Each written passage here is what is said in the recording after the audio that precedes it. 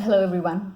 Today's video is on what is going to save Hindus and Hinduism and what is not going to save Hindus and Hinduism.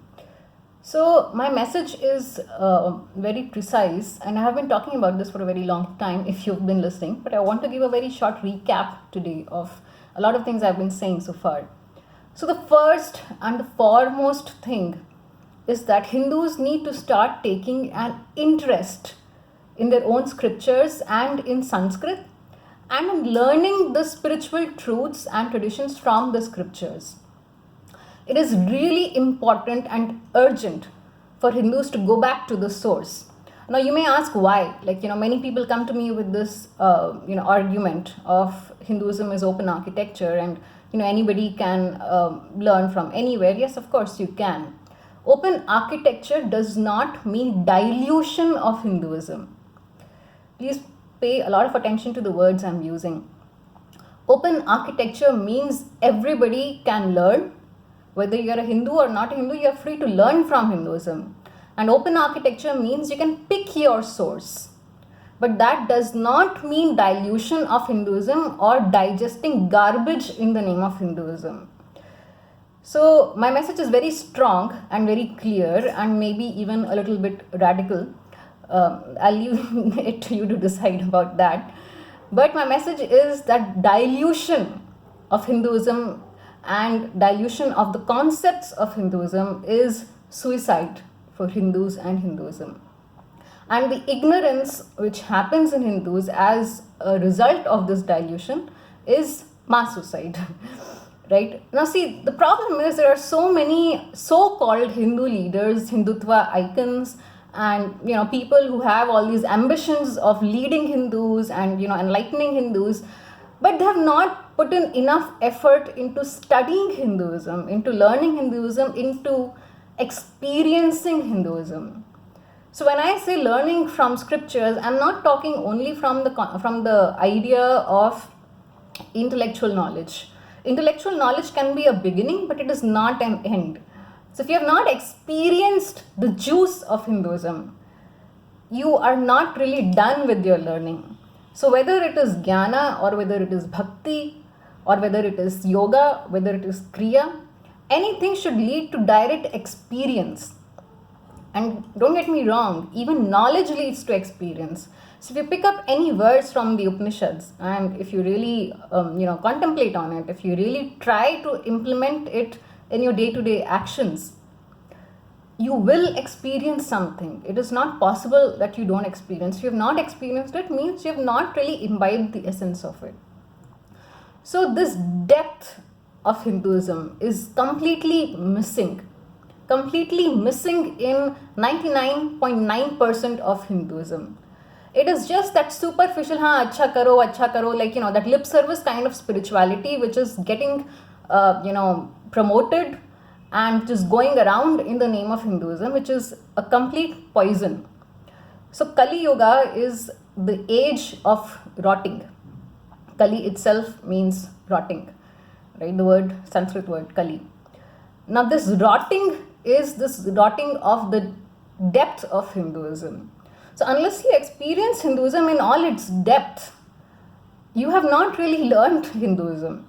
And it is really important because, Hindus are the most confused people I have seen. Any idiot decides to say anything about any of our traditions, Hindus get completely confused. And there is no one unanimous voice because nobody knows what is Hinduism. So even the so-called Twitter influencers and Hindutva icons and self-proclaimed leaders, even they don't know. That is why Hindus, if you want the answer to the question, why are Hindus not united, it is because of this. Everybody is deluded in their own way of being stupid. I'm sorry for offending anybody if at all you're offended, but that is the whole point.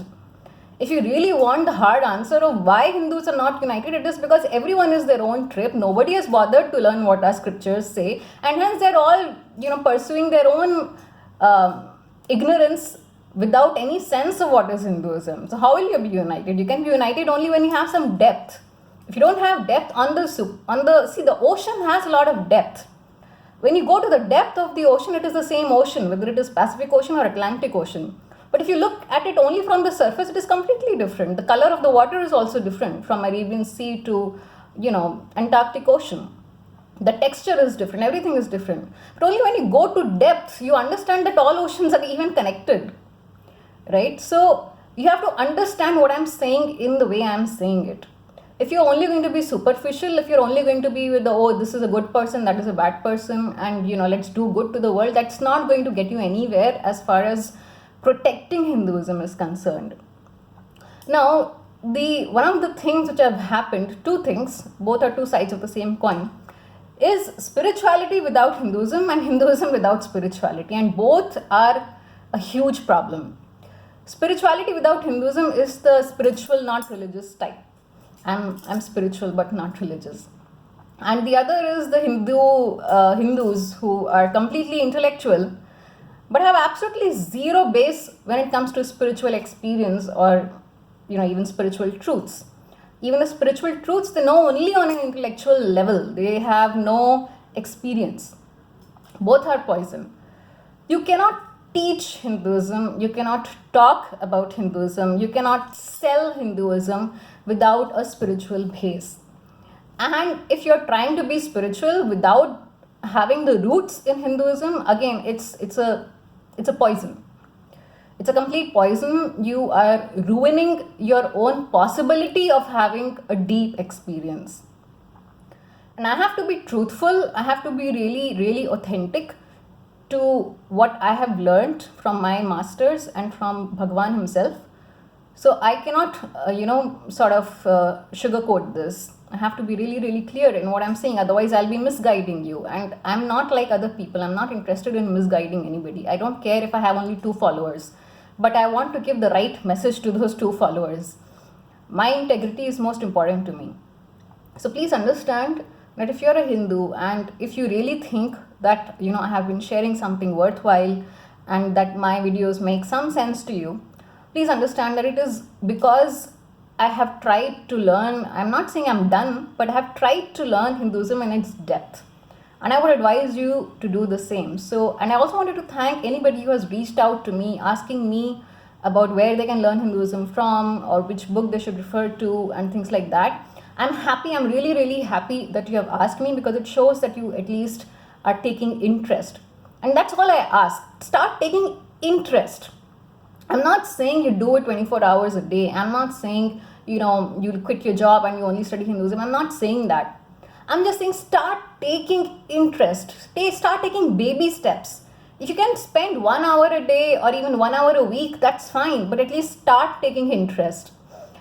And, that's taking of interest, when you go to the right source, it will really, really enrich your life overall. Not just, from the point of view of saving Hinduism. It will save you more than anybody else. It will directly enrich your own life. So either you can listen to what I'm saying now, or you can listen to all the other leaders and gurus who sell pop spirituality in the name of Hinduism and discover maybe 15, 20 years later that it has not gotten you anywhere, and then come back to the source.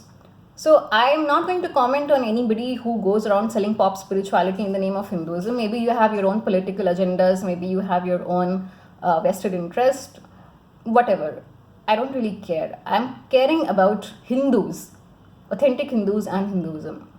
So no activism, no government policy, no social media activism. None of these can save you or can save Hinduism without that depth of knowledge of Hinduism, which is really, really important.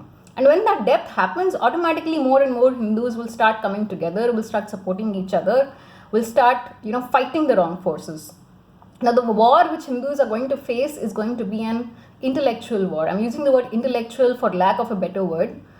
But what I mean is the war or the difficulty we are facing right now from literally every quarter is because of this, blind spot which Hindus have. They've not learned their own scriptures. So anybody, any given day just decides to start talking some trash about some tradition, some place, some temple, some practice in Hinduism, and people get confused and it's a big deal. They're like, suppose, like, at least 50, 100 Hindus have to then come and defend and justify and cite references and whatnot. If Hindus really knew their own culture, all this would not even be possible. People would know, inko bewakoof nahi bana sakte, right? You can't fool them, you can't dupe us. Hindus are the most dupable because they have not bothered to do their own homework. Now, never mind why it is so. You can go on ranting about British did this, Islamists did that. You can go on ranting non-stop. But how is that ranting going to help us now? Yes, they did what they did, of course. But this is how it is now. What are we doing about it? If you want to do something about it, start learning more about Hinduism. Start taking more interest in Hinduism. The reason why Hindus get converted is because they don't have any depth. It's a question of buying carrots from this store versus that store. It looks like this is also religion, this is also religion. How does it matter whether I opt for this or I opt for that? Hindus don't even know what is the difference between Hinduism and other Abrahamic religions and cults. Right? They are socio-political cults.